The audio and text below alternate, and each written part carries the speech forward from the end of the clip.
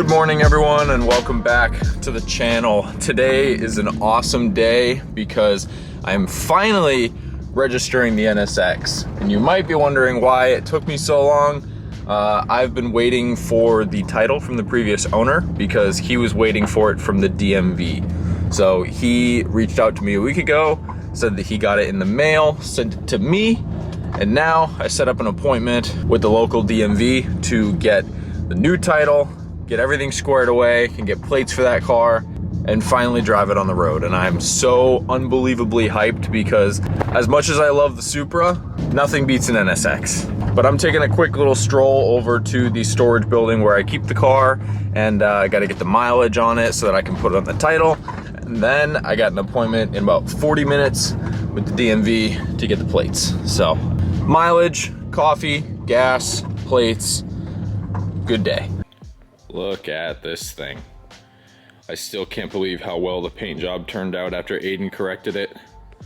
This thing is like a mirror. I still have yet to wash it. Dirt has just been falling off of it. So stoked. What do we got? 81554. Not bad. Yeah. Off to the DMV. That's not D, that is 2. There we go.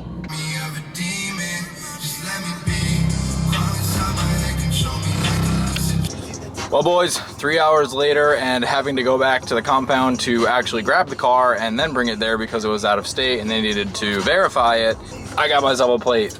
I went with the Miami Heat vanity plate. I have special numbers coming eventually, but right now this is the one that I got. What are you doing? Hello. Hi. Hi. So finally I can drive this car all the time, and I got a black plate to match the black car, which is sick. The weather is starting to get a little nicer down here. Today's still kind of a hot one, but pretty soon it's gonna be in the 60s every day and time to start building some cars. And I think the car that's gonna be on the chopping block first is gonna be the Supra. So in order for me to be able to put that car up on jack stands, tear the thing apart, and start getting going on it, I need a good daily driver, because right now that car is my daily, and I don't want to daily this because I want to keep miles off this. So that just leaves the LS400. That car is too good to be sitting, and it pains me because I just leave it sitting all the time. But I will say,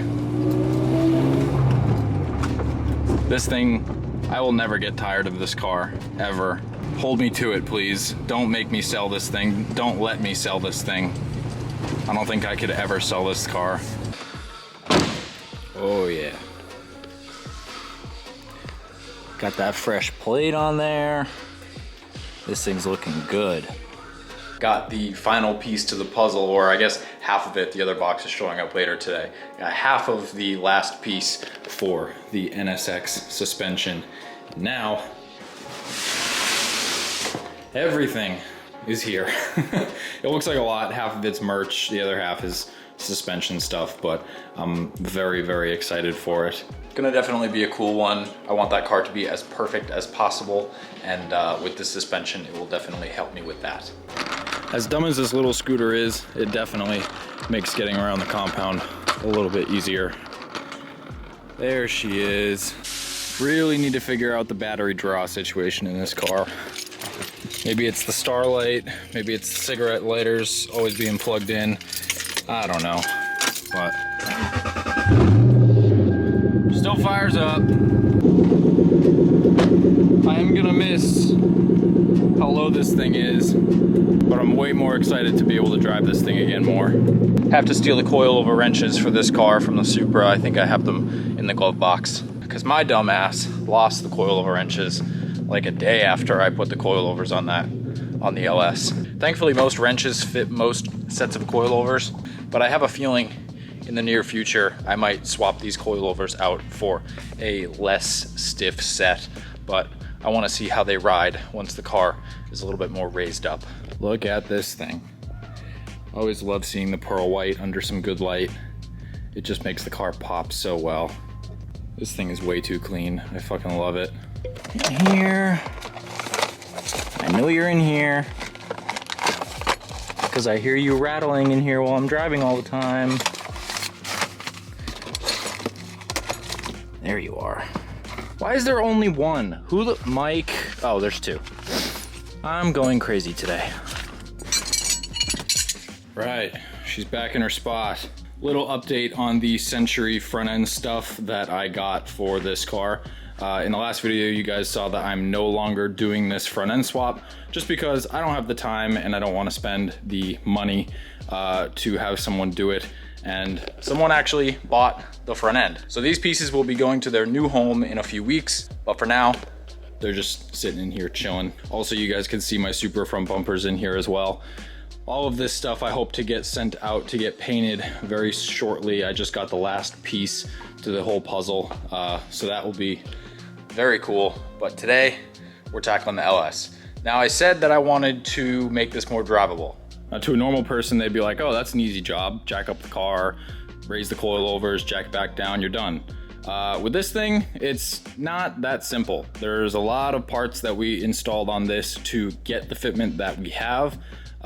Spacers, negative roll center adjusters, upper control arms, front and back, cut, shortened, and notched front spindles, raised front subframe, notched rear subframe, raised the diff. We did so much work to get this car to ride low and still not scrape. I will give you guys a little bit of a hint towards the plans for the future of this car. I did get a kit, like a body kit, sponsored for this car, and that will be here in about a month and a half or so. So look forward to that. Once the car is raised up, we can get the body kit on, we can get the car painted, but I'm very excited to start the new phase for this car.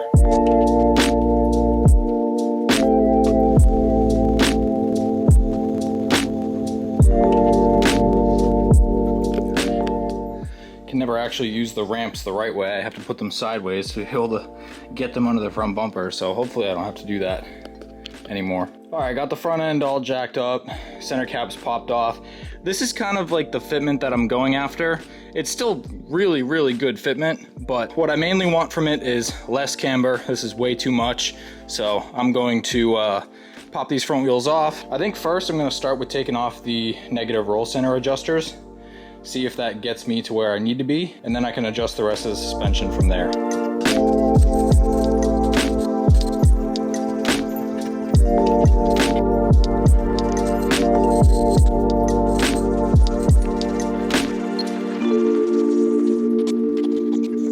Making some good headway on the passenger side. Got this guy out.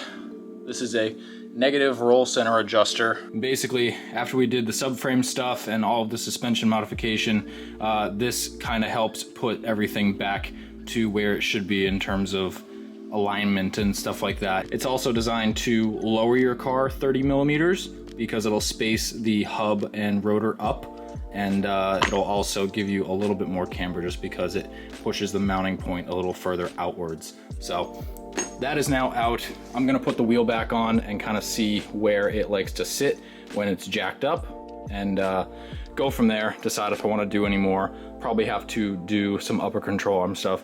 I'll show you guys the suspension since I haven't done that in a while. These are Serial 9 front upper control arms and Broadway static coilovers, but not too sure if I like the ride quality of them. I might swap out to some BCs down the road. But yeah, I'm gonna throw the wheel on, jack it up, see where it sits, go from there. So you guys saw what the fitment was when the car was first jacked up. Now I can show you guys what it looks like with just that uninstalled on the car. Look at how much lower the front sits now that I took that out. These are really cool pieces, but it's very aggressive. If I'm trying to raise the car back up, then I don't need them anymore. You can also see that without it, I have significantly less camber than the back.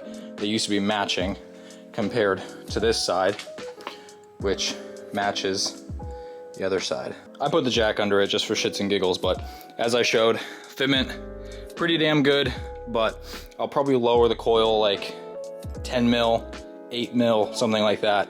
And then, like I said, adjust, because now you can see how sunk in the wheel is. Had to go to Ace and get some hardware. I was missing a few nuts to the upper control arms. Got to take the old girl out in the meantime. Really need to wash this thing. It looks great on camera all the time, but she a little dirty. All right, so Lowboy Mike 8 months ago, 10 months ago, however long ago, did the upper control arm ball joint shortening mod. I think I might have briefly explained that, to where you basically take the nut off of the Heim joints and you grind off the excess threads to be able to get a little bit more camber. Now, me trying to not do that anymore, I needed that nut that I think I might have left at Adam's house or something, so that I could actually lock the upper control arms in place, because before I just had them bottomed out and as tight as they could go. But thankfully, the Serial 9 uppers come apart like this, so you can leave the Heims in place back in there. So I'm just going to grab a washer, grab a nut, go like that, put that in there, put these back on, tighten them on the nut, and then that should give me less camber. So that's my goal. All right, so I think this is where I'm gonna leave the fitment for the front. It gives me enough clearance to where I'm not really worried about rubbing, and the height is nice as well. You can also see the difference in camber in the front now compared to the back. I probably took about 8 degrees of camber out of it and raised it probably honestly 2 inches in the front, even though it really doesn't look like it at all, which is the good part, because this car will still look really good once this is all done and I can drive it more, and I'm pumped for it. So I'm gonna finalize this side, do the other side, and daylight savings time. Gotta love it.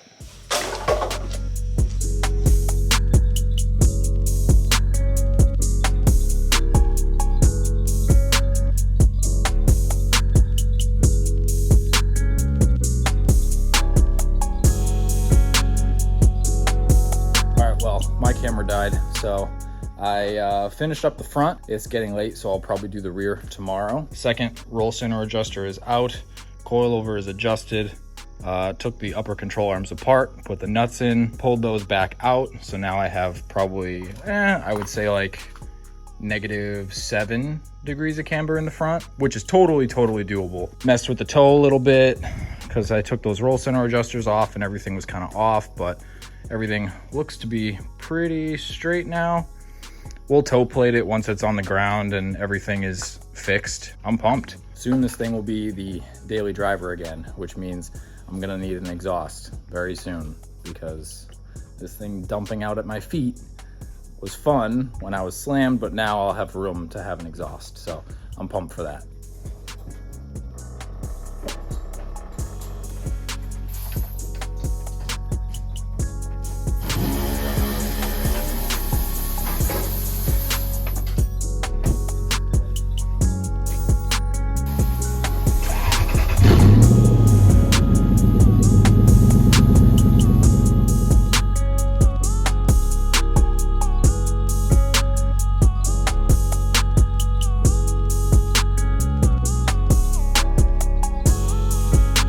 You guys have no idea how excited I am to have this car back.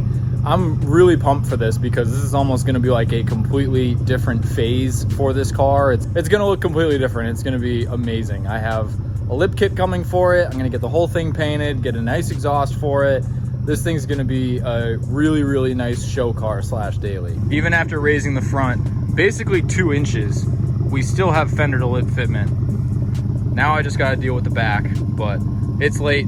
I'm gonna back this thing in, and then tomorrow I'll hammer out the back end of the car, get all that situated, and then take it out for a test drive. I gotta get a battery for it because this thing likes to eat batteries. So I'll see you guys in the morning.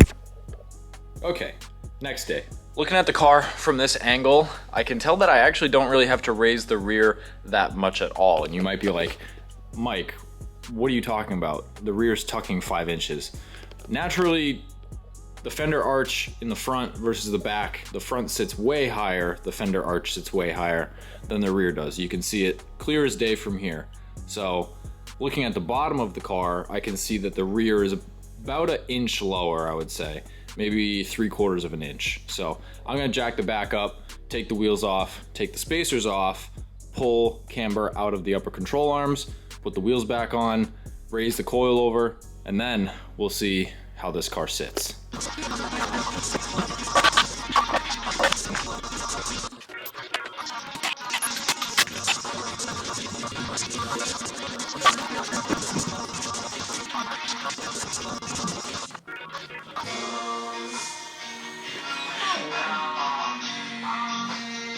Present Mike is not very happy with past Mike right now when he first built this thing. Test fitted the wheel, adjusted the arm, raised the coil over, went to go put the wheel back on, wanted to test camber a little more, went to go take the wheel off, and one of the lug nuts stripped. So now I need to do that on top of replace all of the studs in the back because I had to cut them shorter so that I could run a bolt-on spacer. So now I need to hope that I can get this guy off and all the studs on both sides and then go from there.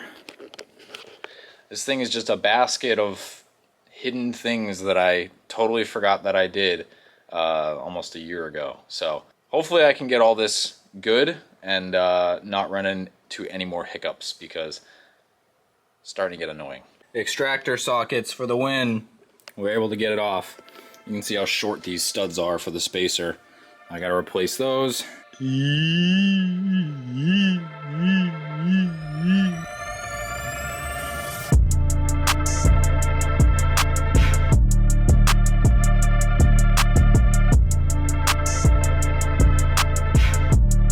Driver's side done. Just finished the passenger side. New studs, adjusted camber, raised the coil over, all that stuff. I get the final wheel on, jack the car down, pull it outside, see how it looks.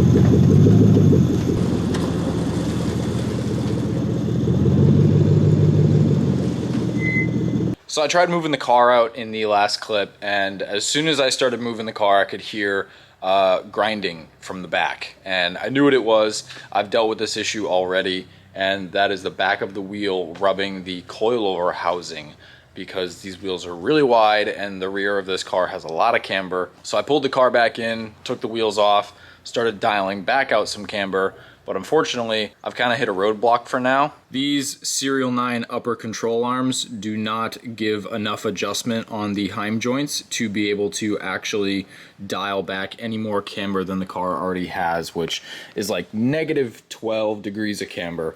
I'd like the back to sit like the front, which is probably -7.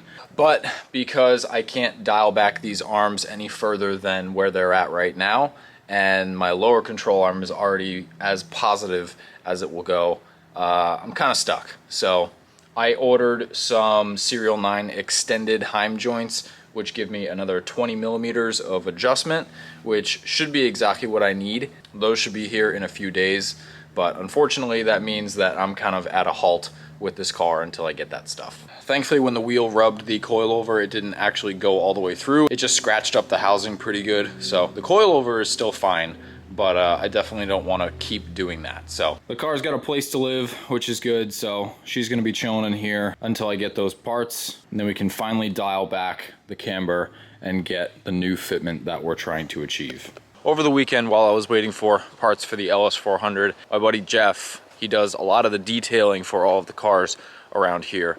And he came by and he actually detailed the OEM factory hood for the NSX. Right now the hood has like a Type R kind of knockoff hood on it, and I'm not a huge fan of it. It looks fine, but the molding on it is very bad. You can see it's very wavy in video and stuff like that.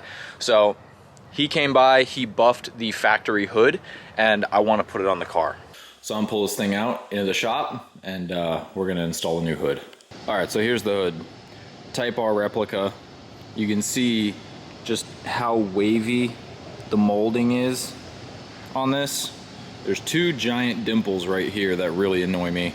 And the buff came out great, like the hood itself came out great, but I'm just not super in love with it.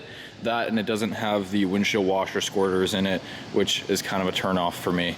And you can kind of see the carbon fiber weave through the paint as well, which not a huge fan of. And this is the factory hood. I'm so pumped that the previous owner held on to this because it's in amazing shape aside from the one little dent that's right there. Paint cleaned up awesome. Jeff did a great job. buffed and ceramic coated it, so the entire car will stay ceramic coated. I think on top of that, the OEM hood will fit a lot better as well around the edges of the lights and stuff like that. So I'm pumped to see the difference. And on top of that, in the future, when we do the suspension for this car, if everything works out, I won't really want to get water under the actual hood. So having no vent will be key. So I'm gonna set you guys up and try and get this hood on.